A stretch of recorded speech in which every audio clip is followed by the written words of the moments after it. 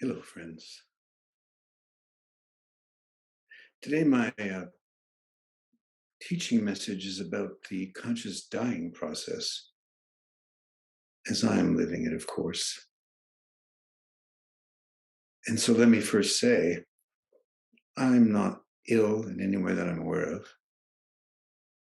I feel quite fine. But that's the physical body and the vital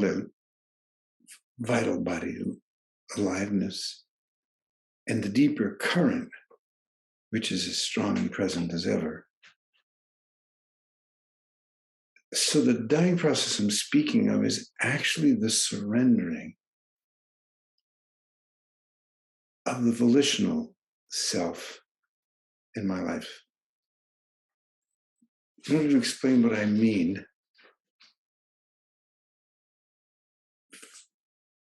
when I first awakened, that's 45 plus years ago,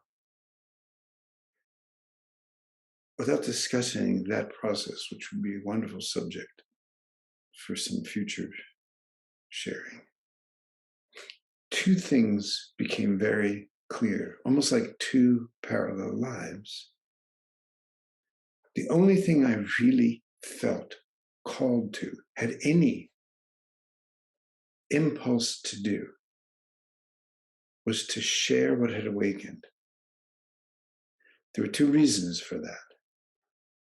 One was what awakened was so far beyond any way that I knew how to articulate it conceptually, even to myself. I was sitting in a state of oneness and knowing in ways there is no way to create conceptions to even explain. But at the same time, I had a body that was 30 years old.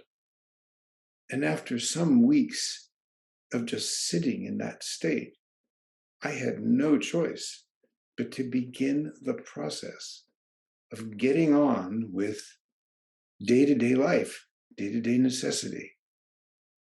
And because what I really wanted to do was offer this work, that was when I made the deep commitment to start teaching. And there have been always challenges on that path. Creating anything, going from the vastness of what one part of me was now awake to and always is, and that never leaves, but the other part that lives in the subject object manifold and that has an ego that functions within that part had to create course structures and send out, the old days, mail out invitations. And it was effortless. It was just a flow.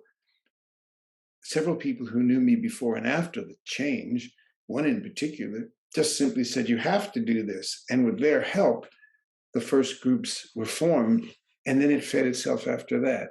And eventually it evolved because I wrote books. They are translated. I went to Europe, and the work followed that flow. And it was appropriate at that stage of life, in my 30s, 40s, 50s, even into my 60s. It was appropriate to put the energy in to face the generative, creative stress of manifestation. But it's no longer appropriate for me anymore. Now, at any moment that I am in, that is still not focusing on planning the future and just being present in the current that is always here, in the knowing that is always here. What I am enjoying is communicating these kinds of messages to you. But the sheer amount of work, the forcing against that stillness required to keep offering the retreats in the forms that they have been, and particularly with the travel to overseas, I have realized that I have no call to do this anymore.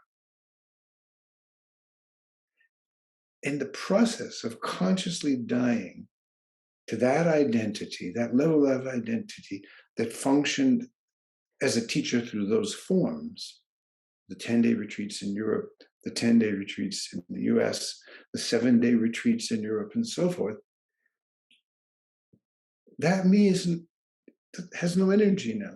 What it has is a great sense of gratitude and joy for the wonderful people I met, the lives I touched, the lives that touched me, that I still resonate with. So this kind of dying into the eternal is what all of us at some level must do. We must enter a conscious dying process where every level of our identity that will stop.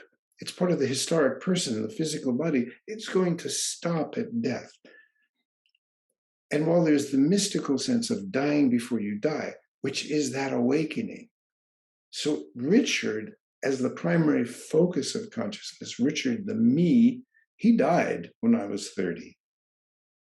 I had to pick that Richard, the me, up and use him. And he sometimes contaminated the larger part of what I was and shared with its ego dynamics. And I've spent my lifetime teaching and showing people what it's like to keep digesting that part. But now in your life, you don't go to war as a special forces soldier and learn how to kill and survive with extraordinary skill. And you accept the notion of death within that warrior consciousness, but you're not consciously prepared to die. You physically die, and you believe in the world of fulfillment that comes from honoring your commitment, whatever. There's so many ways that people don't consciously die. They get comfortable in old age. They do the things they want to do. They live good lives, not so good lives. But consciously dying is not mediocre.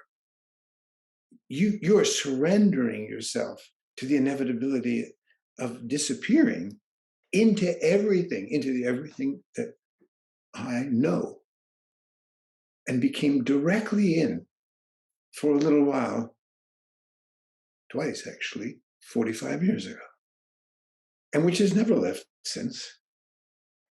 But now, I don't have any idea what the form for my sharing will be. I know it'll be here in Moon Lake. I know it'll be this way through video, but the actual sitting with people, you have to come here. I'm not going to say no to an invitation where everything's organized for me, but I have an enormous richness and legacy to share. And it will emerge depending on what you're ready for. So what I want to say now, if you have wanted to come to a retreat in Europe, you must do it this summer. I will not be trying to do it again. I will not be trying in that sense, because it's so sweet to consciously die. That's a moment by moment process. So come enroll at Domaine du Fawn, the summer retreat. Or if you've worked with me before, come to Shaman for the week in Switzerland. And don't think, well, next year I'll try. There will not be a next year unless you organize it. And that's not highly likely. My friends, this is a joy for me. But don't miss out on my final kind of legacy teaching in the form that I've brought to Europe and have brought other parts of the world in longer retreats. That ain't going to happen, though.